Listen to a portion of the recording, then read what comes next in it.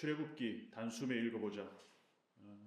단숨에 읽는다는 것은 그냥 대충 그냥 이렇게 훑어보자라는 어떤 의미보다는 출애굽기가 말하고자 하는 그 맥락, 본문의 그 의미, 그러니까 전체적으로 모세는 출애굽기를 통해서 말하고자 하는가라는 거죠.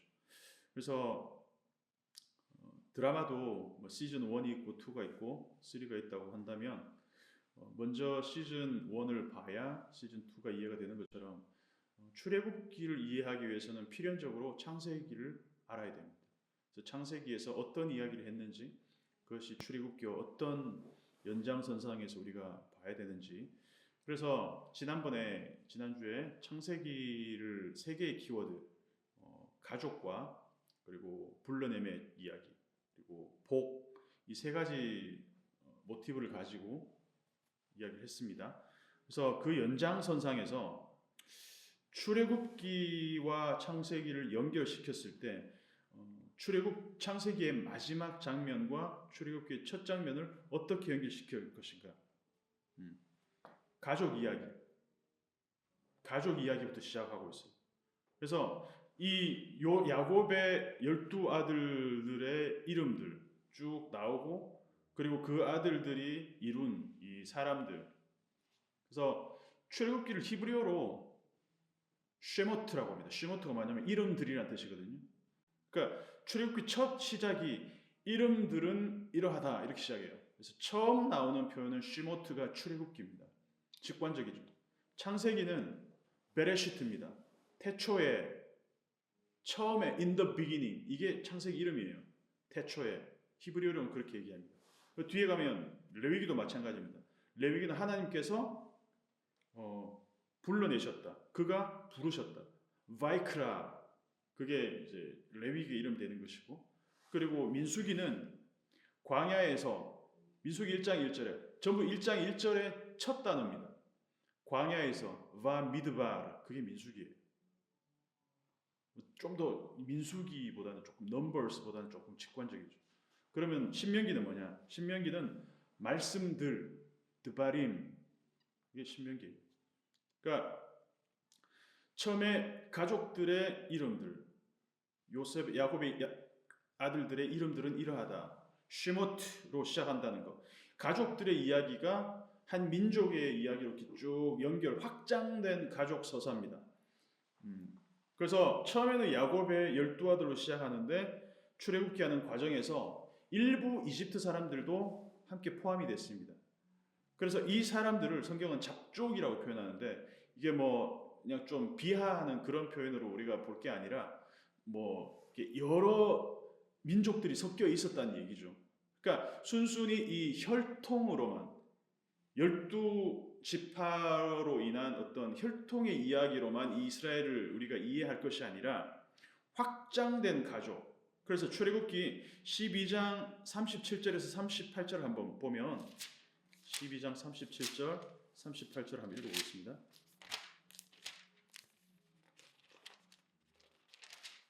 (37절) 38절 37절 시작. 이스라엘 자손이 람셋을 떠나서 숫곳에 이르니 유아 외에 보행하는 장정이 60만 가량이요 수많은 잡족과 양과 소와 심이 많은 가축이 그들과 함께하였으며, 이렇게 나옵니다. 그러니까 이방 사람들이 섞여 있을 수 있잖아요. 이스라엘 사람들 이외에. 근데 그 사람들은 배제할 사람들이 아니라 함께 출애굽의 기억을 공유하는 정체성을 갖고 있다는 것입니다. 그러니까 율법에서 계속해서 반복적으로 하는 얘기가 뭐냐면, 너희도 애굽에서는 나그네였다. 너희들 가운데 나그네로 속해 있는 그 이방인들을, 이 입장을 바꿔서 생각해 보면 너희가 그 입장들이었다는 것이죠. 그래서 이집트에서 이스라엘 백성들은 다 노예였잖아요. 그리고 이방인들이었고 마이너리티였고, 반대로 출애굽을 하는 과정에서 따라 나온 사람들은 이스라엘 공동체에서 소수고 또 자칫해서 차별받을 수 있는 약한 그룹들입니다. 그래서 하나님이 특별히 명령하는 것은 이 상황이 역전되었다고 해서 소수 그룹을 차별하지 말라는 것입니다. 지금 미국 같은 나라가 하는 짓을 보면 자기들이 아메리카 원주민 땅을 식민지를 침략해서 점령한 다음에 마치 처음부터 그 땅의 주인이었던 것처럼 사람들을 마구잡이로 차별하고 쫓아내는 짓을 하고 있잖아요. 그런 아주 반성경적인 짓을 지금 미국이 하고 있는 거죠. 어쨌든 간에 하나님의 공동체라는 것은 혈통으로 묶여진 게 아니라 동일한 경험을 바탕으로 이루어진 공동체라는 것이죠. 함께 구원의 그 경험을 함께 이제 갖고 있는, 그래서 shared experience, 이 경험의 어떤 공동체라는 것. 함께 이집트에서 나온 사람들이 함께 통해를 건너고 함께 광야에서 만나를 먹은 사람들이 경험으로 묶여 있는 관계라는 것이죠. 가족의 확장입니다. 그렇죠? 그리고 불러내심의 주제가 또 연결되고 있습니다. 그러면 창세기에서는 계속 이제 어둠에서 빛을 불러내시고 공간들을 또 이렇게 불러내셔서 공간들을 나누시고 아브라함을 불러내시고 그리고 계속해서 불러내심을 통해서 하나님이 창조를 이루어 가시잖아요. 이 주제가 창세기에서 출애굽기에도 이어지고 있다는 것입니다. 그래서 반창조로부터 하나님이 불러내셔서 창조의 세계로, 그러니까 얼핏 보면 애굽은 질서대로 이루어지는 것 같아요. 시스템으로 돌아가는 나라처럼 보입니다. 그런데 애굽의 일상은 시스템처럼 돌아가지만 하나님이 배제된 시스템입니다. 이 하나님이 배제된 시스템 질서는 어떤 거냐 하면 숫자를 따라서 성과를 내야 돼요. 벽돌을 쌓는 거, 성을 쌓고 그 시스템이 모든 것이 성과 중심입니다. 무엇보다도 이집트 시스템이 돌아가는 이 세계를 잘 보면 안정적으로 질서 있게 돌아가는 것 같지만 하나님이 만든 질서 체계와 가장 큰 차이점이 있습니다. 그게 뭘까요? 5장 4절 5절을 읽어보면 답이 나옵니다. 출입 5장 4절하고 5절을 읽어보겠습니다. 시작. 애굽 왕이 그들에게 이르되 모세와 아로나 너희가 어찌하여 백성의 노역을 쉬게 하려느냐. 이게 지금 바로가 하는 얘기입니다. 가서 너희의 노역이나 하라. 바로가 또 이르되 이제 이 땅의 백성이 많아졌거늘 너희가 그들로 노역을 쉬게 하는도다 하고 답이 나오죠. 뭐가 차이입니까? 창세기에서 하나님이 만드신 그 질서와 하나님의 세계에서의 노동과 바로가 만든 구축한 시스템에서의 노동에 하나의 차이가 있다면 쉼이 있고 없고의 차이라는 것입니다. 그래서 바로가 통치하는 세계는 안식, 쉼이 없습니다. 하나님은 6일 동안 일하시고 7일째 쉬셨잖아요. 그러니까 사람을 인격과 생명으로 보는 것이 아니라 쉼이 필요한 존재로 보는 것이 아니라 기계로 보는 세계가 바로 이 이집트 세계라는 것입니다. 그래서 아무리 시스템이 잘 갖춰져 있더라도 안식이 보장되고 허락되지 않는 세계는 반창조적인 공간이라는 거죠. 그래서 하나님은 애굽보다 더 나은 애굽을 만들자고 이스라엘 사람들을 불러내는 것이 아니라 애굽 바깥에서 애굽과는 전혀 차원이 다른 질서를 가진 세계를 만들기 위해서 애굽으로부터 사람을 불러내셨다는 거죠. 이 불러내심의 이 모티브. 설국열차를 보면 꼬리칸에서 한 칸 더 앞칸, 그보다 더 앞칸, 머리칸으로 조금씩 전진해 가는 것. 그것이 꼬리칸에 있는 사람들의 유일한 목표입니다. 근데 문제는 뭐냐 하면 이 순환하는 그 세계 가운데서 조금 앞쪽으로 가는 것이 문제가 아니라 그 열차 바깥의 세계를 볼 수 있어야 된다는 거죠. 이집트로부터 불러내심이라는 것은 이 창세기의 불러내심의 모티브가 반복된 이유는 뭐냐 하면 계속해서 애굽의 그 시스템을 그리워하는 사람들은 모든 시대에 있게 마련이라는 것이죠.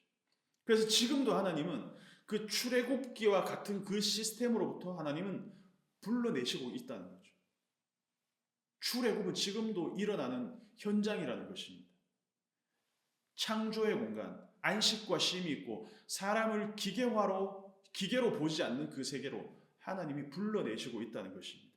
그 모티브로 우리가 이 연장선상에서 출애굽기를 지금의 이 시대 가운데서도 읽어야 된다는 것입니다. 그래서 이번에는 출애굽기 단숨에 읽자라는 키워드를 세 가지로 이제 좀 만들어봤습니다. 하나는 세례와 성찬입니다. 출애굽기에 나오는 세례와 성찬, 그리고 두 번째는 율법입니다. 그리고 하나는 이제 소원이라는 모티브를 통해서 출애굽기를 한번 봤으면 좋겠습니다. 물론 제가 지금 이 키워드를 제시하는 것은 일부에 해당합니다. 그리고 제 관점이고, 그래서 더 나은 관점, 또 다른 관점이 있을 수도 있습니다. 그래서 이게 다라는 것은 아니니까 거기에서 이제 그것을 염두에 두고 한번 봤으면 좋겠어요. 첫 번째는 세례와 성찬입니다. 잘 아는 것처럼 출애굽 14장에서 홍해를 건너는 것을 이제 바울은 세례를 표현하잖아요. 그들이 다 구름과 바다에서 세례를 받고, 이게 바울의 해석입니다. 고린도전서 10장 2절에 나오는. 그래서 세례의 의미가 뭐냐? 애굽식에 살아가는 이 정체성, 애굽식 삶의 방식을 장래 지낸다는 것이죠. 물을 건너면서. 그래서 이 노예의 정체성, 애굽 시스템의 삶의 방식에서 하나님의 백성, 하나님이 다스리는 세계로 황골탈퇴, 그 삶에 대해서 죽고 새로운 세계로 다시 태어나는 것. 근데 딜레마가 뭐냐? 몸은 출애굽했습니다. 애굽에서 나왔어요. 근데 마음은 아직 애굽에 있어요.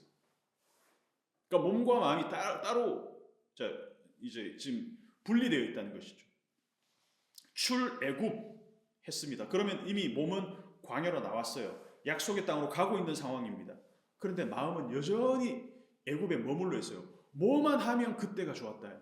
그 출애굽기 쭉 읽다 보면 그때는 좋았는데, 그때가 좋았는데, 계속 기억이 오류가 나고 있는 거예요. 그 시절에 우리는 고기도 마음껏 먹을 수 있어. 그 시절에는 우리가 뭐 걱정 없이 아니요, 노예였어요. 노예. 이 기억의 오류들. 왜? 지금 현실이 팍팍하니까, 두려우니까, 보장이 안 되니까. 그리고 두 번째는 성찬입니다. 세례와 성찬. 매일매일이 성찬의 장면입니다. 이 40년 동안. 그래서 애국과는 전혀 다른 식사법을 배워야 돼요. 광야에서는. 그래서 만나의 특징이 뭐냐?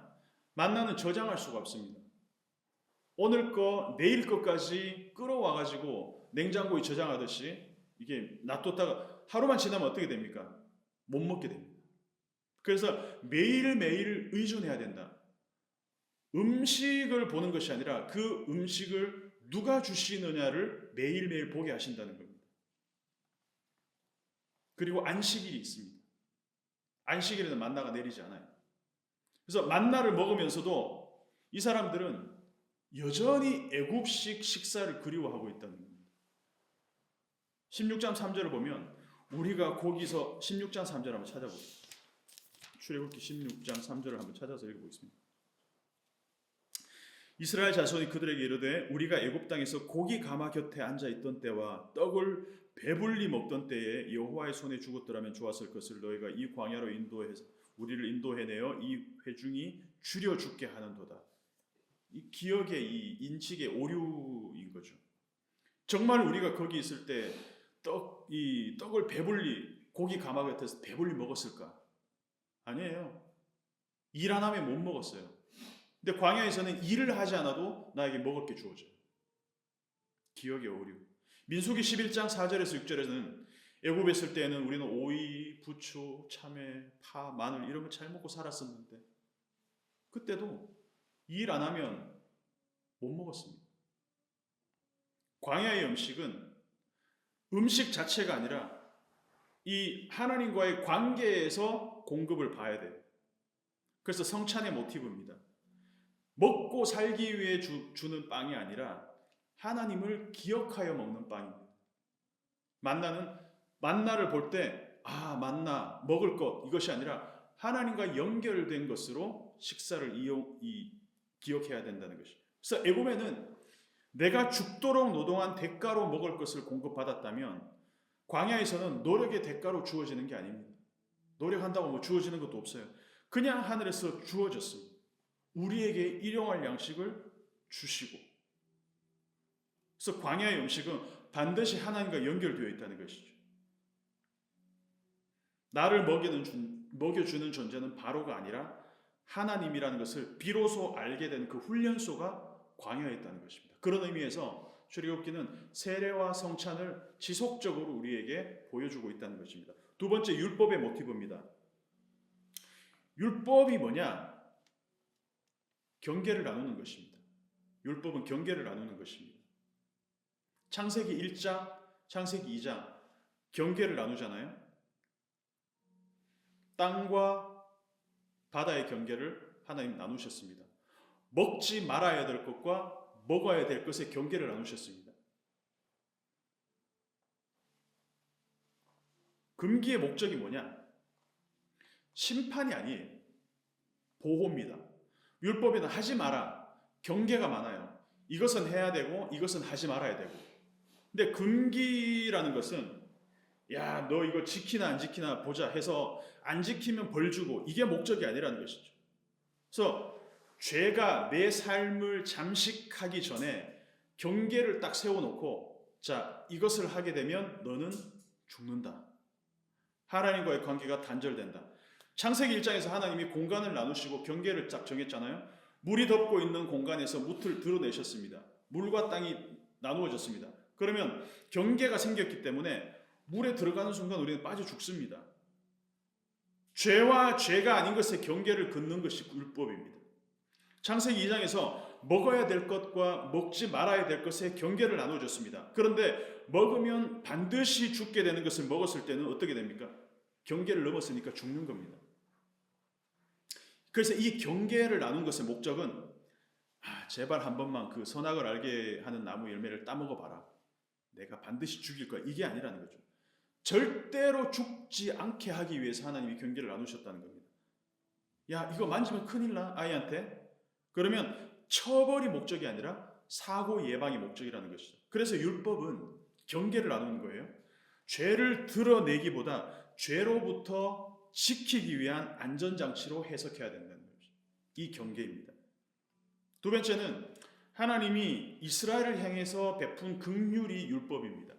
근데 이 긍휼이 이스라엘 내부를 넘어서서 소외된 민족과 이방인들까지 확장되어야 된다는 것이죠. 그래서 너희도 애굽에서는 나그네였다는 기억을 되살리는 것이죠. 그래서 출애굽기 율법의 특징은 뭐냐 하면 과거의 그 구원의 경험을 갖고 있다는 것입니다. 너희는 나그네를 압제하지 말라. 그래서 이스라엘 사람들은 너희가 택함 받았기 때문에 어떤 특별한 존재, 선민으로서의 우월성이 아니라 구원받은 경험을 함께 나누는 그 공감의 능력이라는 것이죠. 그래서 출애굽기에 반복적으로 등장하는 이 보호할 대상이 있습니다. 나그네, 이방인, 과부, 고아, 가난한 사람들, 종. 이 사람들은 언약 공동체의 이 코어, 핵심 그룹들이 아니라 가장자리에 있는 이들입니다. 그래서 하나님이 너희가 나와 언약을 맺었다면 내가 너희를 대했던 그 방식대로 그 사람들을 대하라. 이것이죠. 그래서 선민이라는 것은 긍휼의 통로로 있어야 되지 배타적 특권층이 아니라는 것입니다. 그래서 이 율법은 공동체 안에 이렇게 가두어지는 것이 아니라 긍휼이 흘러가도록 질서를 세워가는 법이라는 것이죠. 그리고 세 번째로 율법은 구원을 얻기 위한 조건이 아닙니다.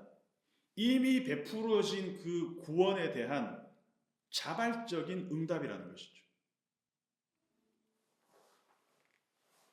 홍해를 건넜습니다. 하나님이 구원하셨습니다.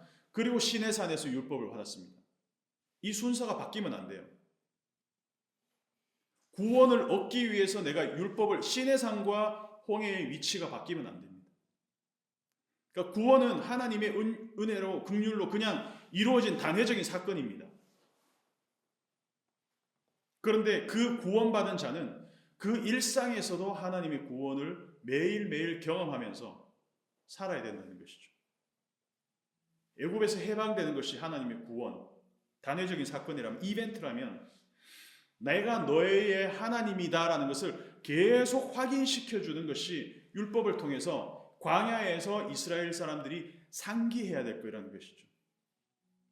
그래서 율법은 구원받기 위한 조건, 구원의 원인이 아니라 구원의 결과로 주어지는 것입니다. 율법을 지켜서 내가 살아남는 것이 아니라 내가 하나님으로부터 구원받았기 때문에 지키는 삶을 살아가야 된다는 것이죠. 너희는 이렇게 살아서 구원받는 존재가 아니라 구원받은 자답게 살아갈 자유인이다. 세 번째 키워드로 제가 소원이라는 것을 한번 살펴봤으면 좋겠습니다. 출애굽기의 이 손, 야드는 88번 나옵니다. 87번 나옵니다. 손이라는 것은 힘과 권력의 상징이죠. 출애굽 3장 8절을 보면 내가 내려가서 그들을 애굽인의 손에서 건져내고 그들을 그 땅에서 인도하여 아름답고 광대한 땅, 젖과 꿀이 흐르는 땅으로 데려가려 한다. 3장 19절 20절을 보면 내가 아노니 강한 손으로 치기 전에는 애굽 왕이 너희가 가도록 허락하지 아니하다가 내가 내 손을 들어 애굽 중에 여러 가지 이적으로 그 나라를 친 후에야 그들을 보내리라. 원래 이스라엘 백성들은 바로의 손아귀에 잡혀 있었습니다. 그래서 바로의 손아귀에 사로잡혀 있는 이스라엘 백성들을 하나님의 손으로 치기 전에는 절대로 풀어주지 않을 거란 알았습니다. 그래서 하나님이 10가지 재앙을 통해서 하나님의 손으로 이스라엘 백성들을 구원해내기 위해서 바로를 쳤습니다. 바로를 치는 것이 목적이 아니라 하나님의 손에 그 구원의 손을 베풀기 위해서 때로는 이 이면 심판의 손이 필요했다는 것이죠. 그래서 그 증거로 하나님은 보이지 않는 하나님의 손을 모세라는 사람의 손을 통해서 보이는 지팡이를 쥐어주면서 그것을 통해서 이적을 행하라고 말씀하십니다. 하나님의 손이 상징적으로 나타난 게 모세의 손에 들려진 지팡이라는 것이죠. 4장 17절 너는 이 지팡이를 손에 잡고 이것으로 이적을 행할지니라. 4장 20절 모세가 그의 아내들과 아들들을 나귀에 태우고 애굽으로 돌아가는데 모세가 하나님의 지팡이를 손에 잡았더라. 그래서 바로의 손에 사로잡힌 이스라엘 백성들을 구원하기 위해서 하나님의 손으로 바로를 치십니다. 그리고 모세의 손에 지팡이를 쥐어주면서 보이지 않는 하나님의 손을 대신해서 하나님의 보이는 손으로 모세를 세우십니다. 6장 1절 여호와께서 모세에게 이르시되 강한 손으로 말미암아 바로가 그들을 보내리라. 강한 손으로 말미암아 바로가 그들을 그의 땅에서 쫓아내리라. 홍해를 가를 때도 그래서 모세가 들고 있던 지팡이를 바다 위로 쭉 내밀어서 물이 갈라지게 했습니다. 그리고 아말렉과 전쟁할 때도 모세가 손을 들면 이스라엘이 이기고 손을 내리는 이스라엘이 지는 장면이 나옵니다. 그리고 모세의 장인이 모세를 찾아왔을 때 모세 혼자 온갖 재판을 다 하고 있었어요. 그 엄청난 사람들을, 그러니까 이게 사람이 할 수 있는 일이 아니죠. 그러니까 장인어른이 모세한테 하나의 아이디어를 줍니다. 자네 혼자 그렇게 일하다가는 큰일 난다. 사람들을 세워라. 너의 오른손들을 세우라는 것이죠. 그래서 천부장, 백부장, 50부장 이 시스템을 만들어줍니다. 자, 이걸 이미지화 시켜보면 하나님의 보이지 않는 손을 대신해서 모세의 손, 이 모세의 손을 대신해서 천부장, 백부장, 50부장 같은 리더들을 두고 각자의 손을 통해서 이 시스템이 구축이 된 것이죠. 그래서 이집트가 바로의 손아귀를 통해 사람들을 통제하고 이 제국주의를 강화하는 시스템이었다면 출애굽 백성은 하나님의 손을 대신해서 다스리는 시스템을 구축하는 것이죠. 그래서 손은 구원의 상징인 동시에 심판의 상징이 되기도 한다는 것입니다. 세 가지 키워드를 통해서 우리가 출애굽기를 살펴봤습니다. 그러면 결론을 보면서 출애굽은 지금도 여전히 일어나고 있나? 물론입니다. 우리는 홍해를 건넜습니다. 근데 여전히 광야에 있습니다. 현재 위치는 난 어디에 있나? 난 아직 애굽에 머물고 있는 거 아닌가? 내 마음은 여전히 애굽의 그 시스템과 애굽의 그 안정된 그 체계를 그리워하는 거 아닌가? 아니면 홍해 앞에 있나? 홍해를 건너기를 두려워하고 있나? 아니면 광야에 나왔지만 여전히 그 애굽의 시스템을 그리워하면서 불평하고 있나? 그래서 출애굽기에서 우리는 복음을 발견하게 됩니다.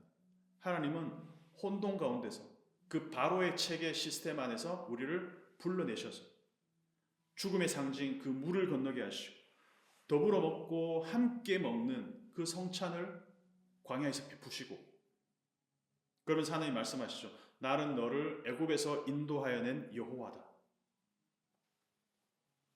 그래서 출애굽기를 단숨에 읽어보면서도 하나하나 들여다보면서 지금 내가 어디에 서 있는지 점검하는 시간이 되었으면 좋겠습니다.